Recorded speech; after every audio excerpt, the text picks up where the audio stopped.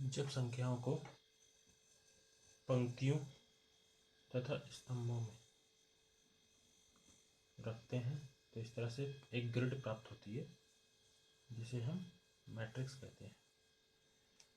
Matrix को हिंदी में आव्यूह कहते हैं। नोटेशन ऑफ अ मैट्रिक्स, आव्यूह को कैसे दर्शाते हैं। यदि किसी आव्यूह में संख्याओं की संख्या m इंटू n है, मतलब नंबर्स m इंटू n है, तो n क्या दर्शाएगा, रो, नंबर ऑफ रो, n दर्शाएगा नंबर ऑफ कॉलम। मतलब A11, A12, A13, A1n, A21, A22, A23, A2n, A31, इसी तरह AM1, A32, AM2। इसी तरह इस मैट्रिक्स में नंबर ऑफ रोज की संख्या कितनी होगी, n, और नंबर ऑफ रोज की संख्या होगी m, नंबर ऑफ कॉलम की संख्या होगी n। इस मैट्रिक्स का ऑर्डर क्या होगा, m इंटू n। किसी मैट्रिक्स को नंबर ऑफ संख्याओं या नंबर ऑफ कॉलम के ऑर्डर से दर्शाते हैं, जो कि होता है m इंटू n। और आपसे पूछ लिया जाए एग्जाम में कि इस मैट्रिक्स का ऑर्डर क्या है, इस मैट्रिक्स का ऑर्डर होगा 2/3। नंबर ऑफ रोज है 2 और नंबर ऑफ कॉलम है 3, 1 2 3। तो इस मैट्रिक्स का ऑर्डर होगा 3। आपको एग्जाम में हर एक रो और हर एक और इसमें पूछ लिया अगर नंबर ऑफ एलिमेंट्स कितने हैं, तो सीधे सीधे आपको रो और कॉलम की गुणा कर देनी है, 3 दूनी 6 हो जाएगा। इस एलिमेंट में, इस मैट्रिक्स में एलिमेंट की संख्या है 6। कैसे, 1 2 3 4 5 6। जो नंबर ऑफ रोज और नंबर ऑफ कॉलम होंगे उनको आपस में मल्टीप्लाई कर देने से नंबर ऑफ एलिमेंट्स मैट्रिक्स के प्राप्त हो जाएंगे। A11, A12, A3 इस मैट्रिक्स के एलिमेंट है। ठीक है, अगला टॉपिक है हमारा टाइप्स ऑफ मैट्रिक्स। आव्यूह कितने प्रकार की होती है, तो आव्यूह निम्न प्रकार की होती है। नंबर पहला है हमारा क्षैतिज आव्यूह, जिसे अंग्रेजी में कहते हैं हॉरिजॉन्टल मैट्रिक्स। हॉरिजॉन्टल मैट्रिक्स वो होता है जिसमें नंबर ऑफ रोज कम होती हैं तथा नंबर ऑफ कॉलम ज़्यादा होते हैं। एक एग्जाम्पल के तौर पर समझ लेते हैं। एग्जाम्पल हमारा ABCDEF, ये कोई हमारी मैट्रिक्स है जिसमें नंबर ऑफ रोज की संख्या है 2 और नंबर ऑफ कॉलम की संख्या है 3। नंबर ऑफ रोज है 1 2, नंबर ऑफ कॉलम है 1 2 3। तो ये हमारी एक क्षैतिज आव्यूह है। इसमें नंबर ऑफ एलिमेंट्स होंगे number of rose into number of column, मतलब इसमें टोटल नंबर ऑफ एलिमेंट 6 होंगे। क्षैतिज आव्यूह वो होती है हमारी जिसमें नंबर ऑफ रोज कम होती है, नंबर ऑफ कॉलम ज़्यादा होते हैं। नंबर 2 है हमारा ऊर्ध्वाधर आव्यूह। ऊर्ध्वाधर आव्यूह मतलब वर्टिकल मैट्रिक्स। वर्टिकल मैट्रिक्स वो होती है जिसमें नंबर ऑफ रोज की संख्या ज़्यादा होती है नंबर ऑफ कॉलम से, नंबर ऑफ कॉलम की संख्या कम होती है, नंबर ऑफ रो की संख्या जाती है होती है। इसमें देख लेते हैं एग्जाम्पल के थ्रू। जैसे ये एग्जाम्पल दे रखा है, इसमें नंबर ऑफ रोज हैं 1 2 3, नंबर ऑफ कॉलम है 1 2। तो इसमें नंबर ऑफ रो की संख्या 3 है, नंबर ऑफ कॉलम की संख्या 2 है। इस मैट्रिक्स का ऑर्डर है 3/2। पहले हम रो लिखते हैं, बाद में कॉलम लिखते हैं। तो ये हमारी एक ऊर्ध्वाधर आव्यूह का उदाहरण है। नंबर 3 है हमारी वर्ग आव्यूह। वर्ग आव्यूह मतलब स्क्वायर मैट्रिक्स वो होती है जिसमें number of rose number of column के बराबर होती है, दोनों की संख्या आपस में बराबर होती है। जैसे इसमें दे रखा है 1 2 3, 3 नंबर ऑफ रोज है और 3 ही कॉलम है, 1 2 3। तो इस आव्यूह का ऑर्डर क्रम क्या है, 3/3 का। नंबर ऑफ रोज 3 है, नंबर ऑफ कॉलम भी 3 है। अगर इसमें एलिमेंट पूछ ले तो एलिमेंट इसमें होंगे 3/3 9, नंबर ऑफ एलिमेंट होंगे 9, और इसमें नंबर ऑफ एलिमेंट होंगे 6। और आपसे कोई पर्टिकुलर एलिमेंट पूछ ले, जैसे इस आव्यूह में A22 एलिमेंट क्या होगा, A22 ये है हमारा A11, A12, A21, A22, ये हमारा A22 एलिमेंट होगा। इसी में तरह इसमें A11 ये होगा, A12 ये होगा, A13 ये होगा, फोर्थ नंबर है हमारा पंक्ति आव्यूह या फिर पंक्ति सदिश, अंग्रेजी बोलते हैं रो मैट्रिक्स या रो वेक्टर। पंक्ति आव्यूह वो होती है जिसमें नंबर ऑफ रो होती है 1। कॉलम की संख्या कितनी भी हो सकती है, लेकिन रो की संख्या केवल एक होती है। एग्जाम्पल के तौर पर हम समझ लेते हैं, कोई मैट्रिक्स है हमारी ABC, इसमें कितनी पंक्तियां हैं, इसमें एक ही रो है, एक पंक्ति है, और कॉलम कितने हैं 1 2 3, इसमें 3 कॉलम। तो इस आव्यूह का क्रम क्या है, ऑर्डर है 1 into 3 का। दूसरी मैट्रिक्स ले लेते हैं, कोई मैट्रिक्स है हमारी 1 2 3 4 5, ये भी हमारी एक पंक्ति आव्यूह का उदाहरण है, पंक्ति सदिश का उदाहरण है।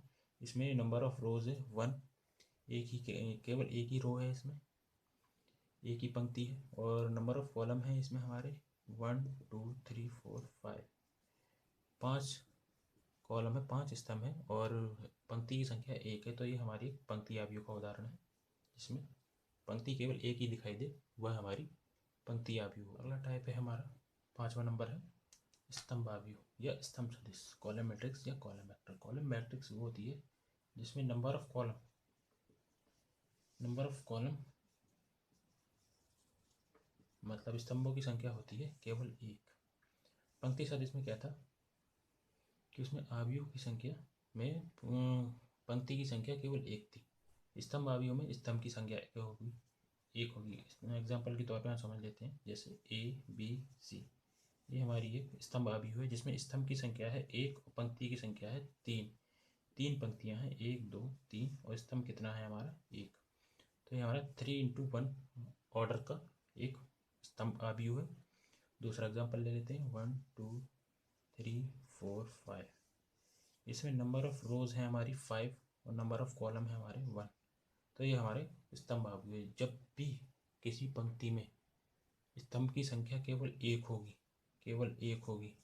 स्तंभ की संख्या, तो हमारा वो स्तंभ आव्यूह होगा। पंक्तियों की संख्या से इस पर कोई असर नहीं पड़ता है, सिर्फ स्तंभ की संख्या देखी जाती है। अगर स्तंभ की संख्या एक है तो ये हमारा स्तंभ आव्यूह, स्तंभ सदिश। नंबर 6 है हमारा रिक्त आव्यूह या शून्य आव्यूह, नल मैट्रिक्स या फिर जीरो मैट्रिक्स। जैसा कि नाम से पता पड़ रहा है जीरो मैट्रिक्स, इस मैट्रिक्स में प्रत्येक अवयव, इस मैट्रिक्स का प्रत्येक अवयव की वैल्यू क्या होगी, 0 होगी, मतलब कोई भी मान नहीं होगा इसको। ये हमारी 3x3 की नल मैट्रिक्स है, इसमें प्रत्येक अवयव का मान 0 होगा। ये हमारी 1/3 की एक नल मैट्रिक्स है, ये हमारी 2/1 की एक नल मैट्रिक्स है। नल मतलब जीरो मैट्रिक्स जिसमें प्रत्येक अवयव का मान 0 होता है, वो हमारी एक नल मैट्रिक्स या जीरो मैट्रिक्स। नंबर 7 है हमारी यूनिट मैट्रिक्स, इकाई आव्यूह या तत्समक आइडेंटिटी मैट्रिक्स। इसको हम I से डिनोट करते हैं, IM×n से डिनोट करते हैं। इकाई आव्यूह वह होता है जिसमें डायगोनल एलिमेंट 1 1 1 होता है, बाकी सारे एलिमेंट 0 होते हैं। ये हमारा 3/3 का आइडेंटिटी या यूनिट मैट्रिक्स है। 1 0 0 1 ये हमारा 2/2 का एक आइडेंटिटी या यूनिट मैट्रिक्स है, जिसमें केवल डायगोनल मैट्रिक्स जो है, आइडेंटिटी यूनिट मतलब एक, यूनिट का मतलब होता है 1, तो हमारा डायगोनल एलिमेंट 1 1 1 होता है, बाकी सारे एलिमेंट 0 होते हैं। इस तरह की मैट्रिक्स आपको कहीं पे भी दिखाई दे जाए जिसमें एलिमेंट 1 1 है, तो आप उसको क्या बोलेंगे, इकाई आव्यूह या आइडेंटिटी मैट्रिक्स। नंबर 8 है हमारा विकर्ण आव्यूह। विकर्ण आव्यूह वह होता है जिसमें किसी मैट्रिक्स के विकर्ण के एलिमेंट, मुख्य विकर्ण के एलिमेंट 0 ना होके कुछ मान होता है उनका 1 2 3, विकर्ण एलिमेंट के अलावा जितने भी एलिमेंट होते हैं, अदर एलिमेंट जो होते हैं विकर्ण के अलावा, वो 0 होते हैं, वह कहलाती है हमारी विकर्ण आव्यूह। ये एक हमारी 3/3 की विकर्ण आव्यूह है। 1 3 ये हमारी 2/2 की एक विकर्ण आव्यूह है। 1 2 3 4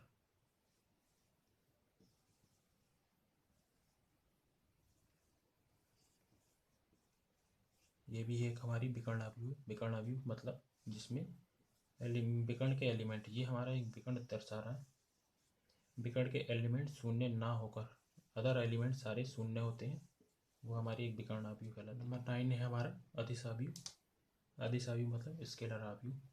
स्केलर आव्यूह वह होता है जिसमें विकर्ण के एलिमेंट, विकर्ण मतलब डायगोनल के एलिमेंट सभी समान होते हैं, डायगोनल एलिमेंट समान होते हैं, बाकी सारी एलिमेंट जीरो होते हैं।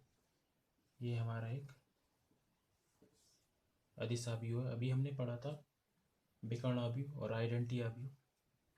आइडेंटिटी आव्यूह हमारा एक अदिश आव्यूह होगा क्योंकि इसमें विकर्ण के अवयव सभी समान है।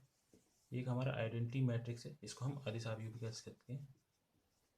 इसमें हमारे विकर्ण के सारे एलिमेंट समान है, वह मैट्रिक्स जिसमें विकर्ण के सारे एलिमेंट्स समान होते हैं एक अदिश आव्यूह कहलाता है। विकर्ण के आव्यूह समान होने के अलावा अदर एलिमेंट सारे जीरो होते हैं, वह एक हमारा अदिश आव्यूह कहलाता है। नंबर 10 है हमारा उपाव्यूह। सब मैट्रिक्स। सब मैट्रिक्स वह होता है जैसे कोई मैट्रिक्स है ABCDEFGHI,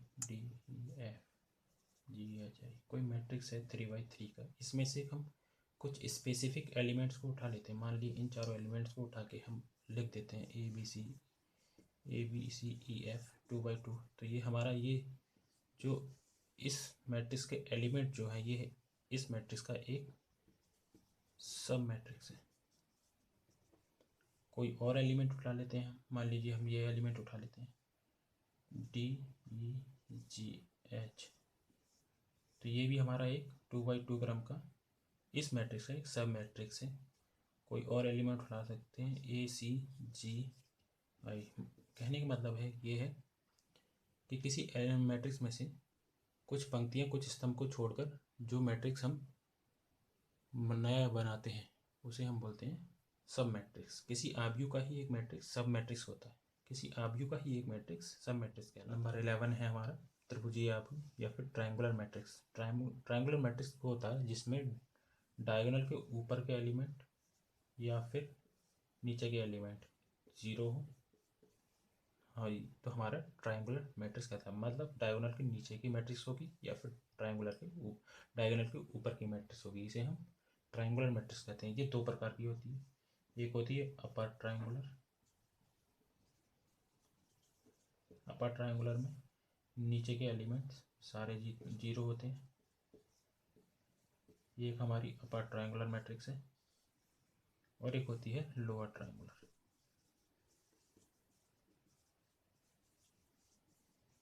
जिसमें हमारे ऊपर के एलिमेंट सारे जीरो होते हैं। ये 3x3 की एक अपर ट्रायंगुलर मैट्रिक्स है जिसमें नीचे के सारे एलिमेंट्स जीरो हैं, डायगोनल से नीचे के सारे एलिमेंट जीरो हैं। ये हमारी एक लोअर ट्रायंगुलर मैट्रिक्स है। लोअर ट्रायंगुलर मैट्रिक्स में डायगोनल से ऊपर के एलिमेंट सारे जीरो होते हैं। नंबर 12 है हमारा सम्मिश्र आव्यूह मतलब कॉम्प्लेक्स मैट्रिक्स। वह आव्यूह जिसमें संख्याएं एक कॉम्प्लेक्स फॉर्म में होती हैं, आई की फॉर्म में होती हैं, उसको हम सम्मिश्र आव्यूह कहते हैं। जब भी मैट्रिक्स में कॉम्प्लेक्स नंबर पाए जाएंगे आई के फॉर्म में, उसको हम सम्मिश्र आव्यूह बोलेंगे। ठीक है।